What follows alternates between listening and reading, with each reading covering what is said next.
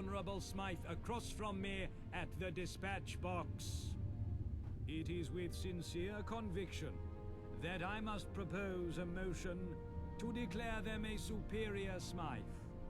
I must ask the House, what evidence is there to support this motion? Let us hear it. Look around you. Angel control every square inch of this palace, and very soon, London will share the same fate. Out of all of us, who, with exception to the Creator, of course, is responsible for this victory? Even I, leader of the opposition, must offer praise to the Right Honorable Smythe across from me at the dispatch box.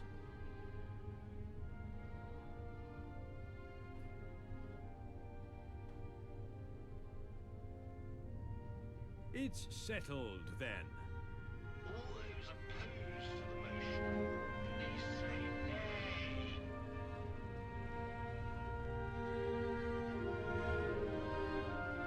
The ayes have it. The ayes have it. The motion is carried. We may proceed to the Creator. Oh, he's a jolly good fellow, for he's a jolly good fellow, for he's a jolly good fellow. And so say all of us, and so say all of us.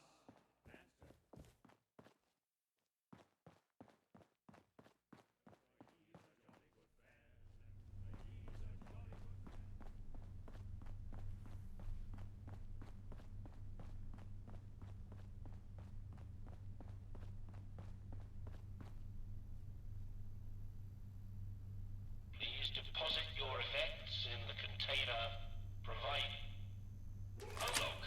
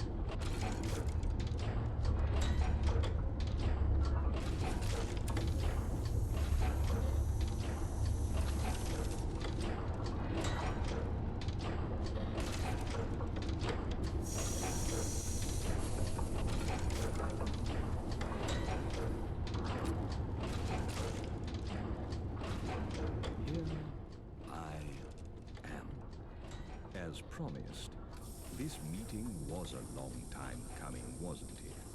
I can only apologize for the delays. But really, can you think of a more fitting time for our schedules to align? It's perfect. Here we are, at the end of it all.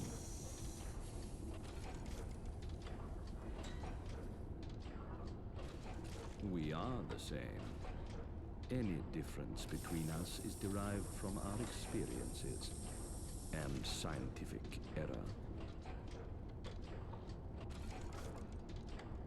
Yes, you would be my replacement had you completed conditioning before that unfortunate incident in the laboratory. It seems so long ago now.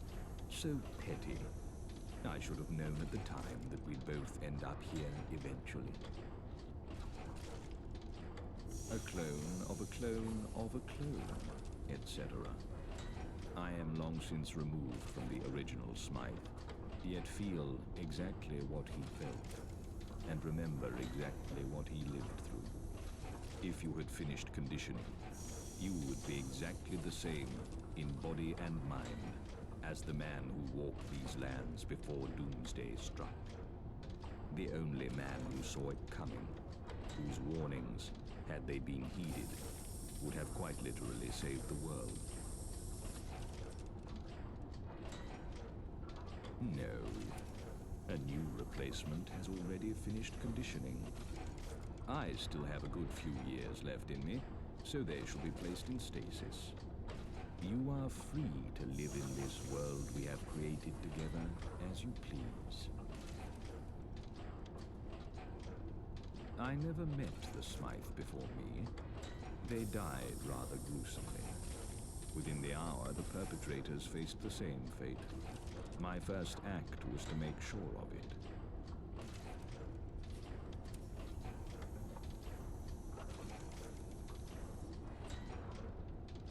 Now, we build the world in our image.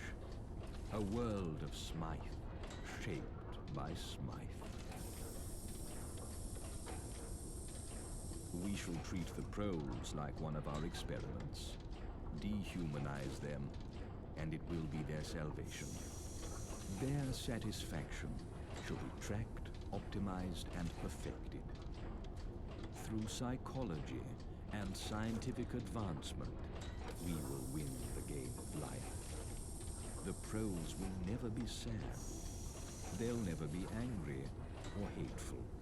They will simply still a long ways to go yet. They will be running the country from now on. You must understand, I respect the parliamentary and legislative process. It's the people within the process that made it fail. So, I compromised. I believe in me. No philosophy, also.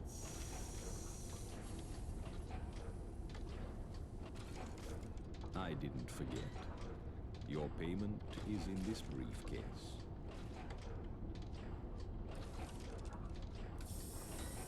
It's gratifying to hear that from you. I can't recall the last time I was able to experience the feeling of validation from an equal.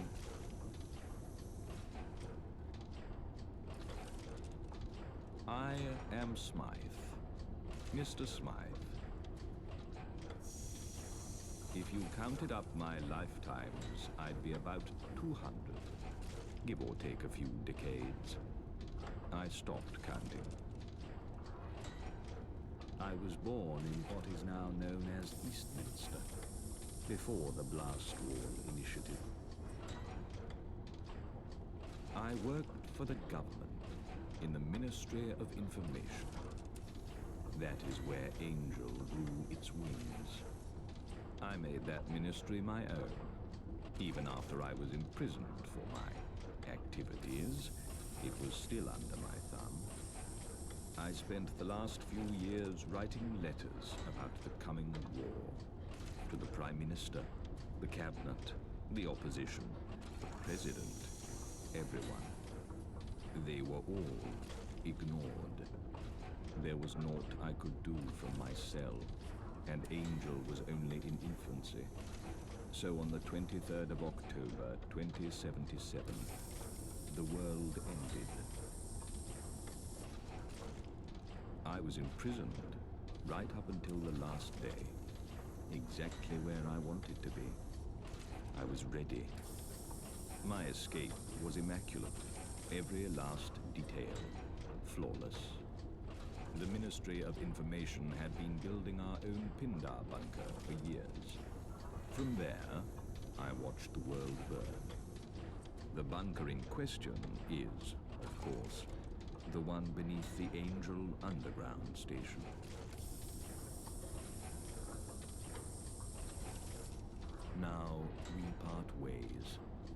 job is done, and mine has only just begun.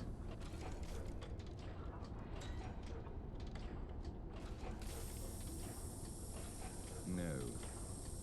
You were good at tearing down an institution, but building one? It's just not in your skill set. Your retirement is in this briefcase. Enjoy it. Wayfarer, this is the last time we'll ever meet. Cerber, goodbye.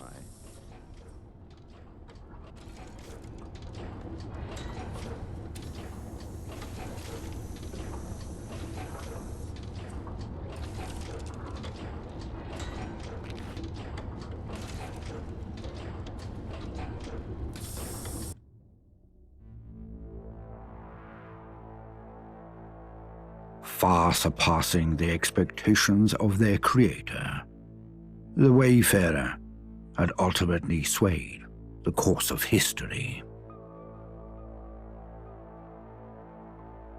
Smythe's clones, with the aid of the Tommies, successfully drove the aggressors out of Westminster. The retreating forces, of which there were few, were silently disposed of. A feeling of calm swept the city, all uncertainty fading into the background.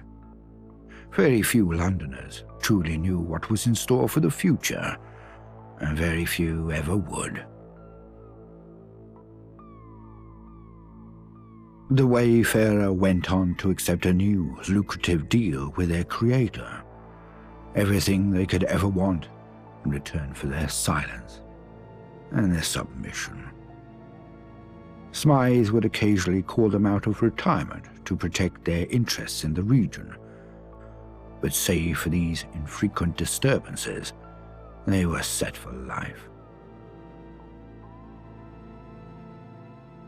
The Tommies, under the direction of Smythe, became an asset of the Angel Troopers, a friendly face to soften the blow of total subjugation. With Pete Davies at the helm, the Roundels rebounded.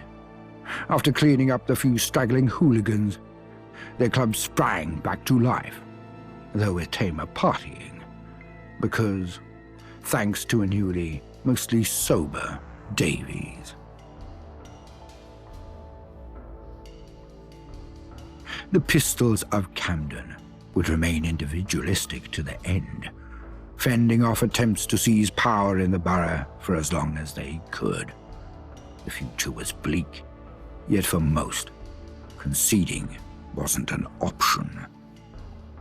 Following the Battle of Westminster, the Wayfarer was expelled from the Pistols. The Camden Council voted unanimously in favor of this motion. The idea that one of their own could be involved in a regime so antithetical to their beliefs was a hit to the borough's morale. For the time being, Miller's men were left alone. They were deemed too much of a hassle to deal with, and Islington was blockaded.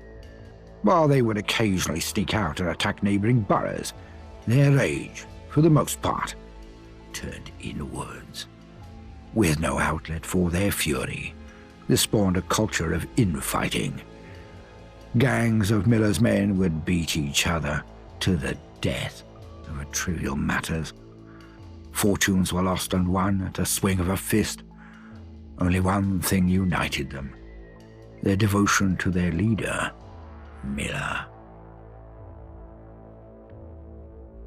The dissatisfied Normans embarked on their journey home, crossing the Thames Barrier, never to be seen in London again. The Normans who stayed behind would steadily thin in numbers as they continued to pursue their barbaric ways. Traders came and went, but the Croydonians rarely crossed the bridge that had been built for them. They regarded the rest of the world with disinterest, and they were better off for it. Smythe supplemented the Tommy garrison in Brickton with Angel Troopers. The newcomers were cold and efficient in their transformation of the settlement. The Bricktonian dream extinguished, they were quickly brought into the fold of Smythe's plans. History repeated itself. The Good Samaritans were once again crushed under the might of the Tommies. No longer could the residents of Eastminster look to them for hope. Instead, they watched their telescreens. The gentry celebrated their perceived victory over the invading forces, believing they had established definitive control over the city. In reality, the process in which their liberties would be stripped away had only begun. According to Smythe's vision, they were to be the tools through which Parliament controlled the proletariat.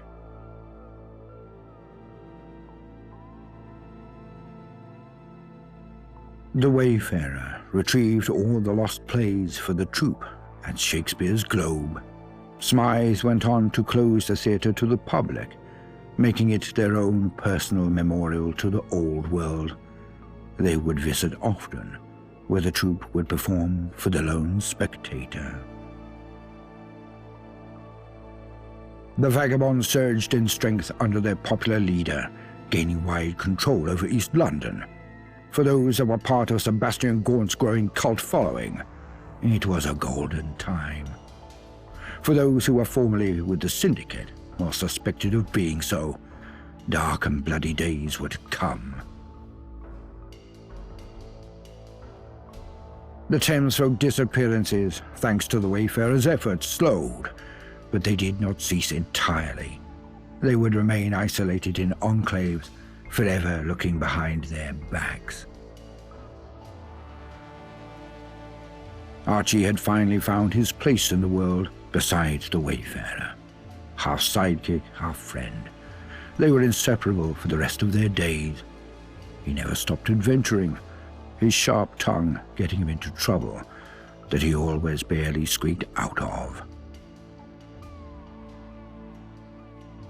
Kira continued her pursuit of treasure through the capital, always seeking greater and more daring gains.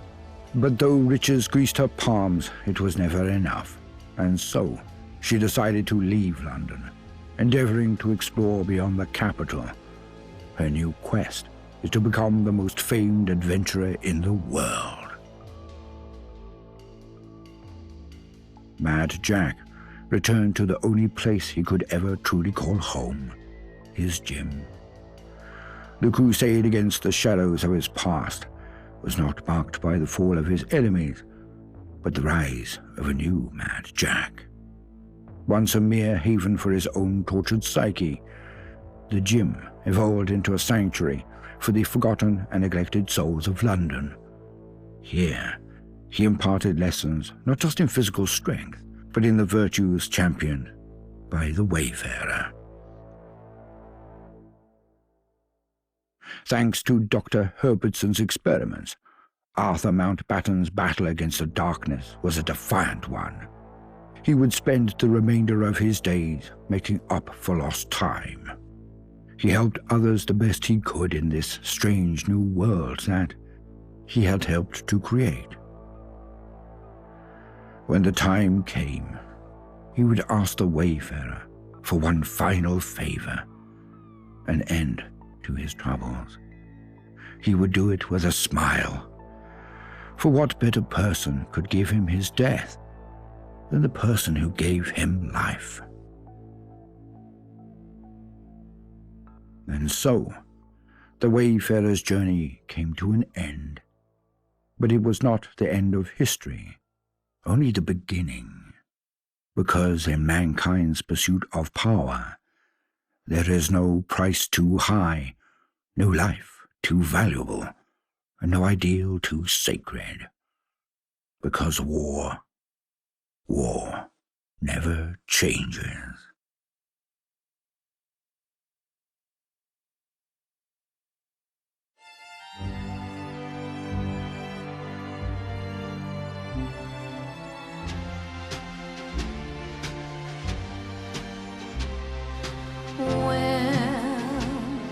meet again. Don't know.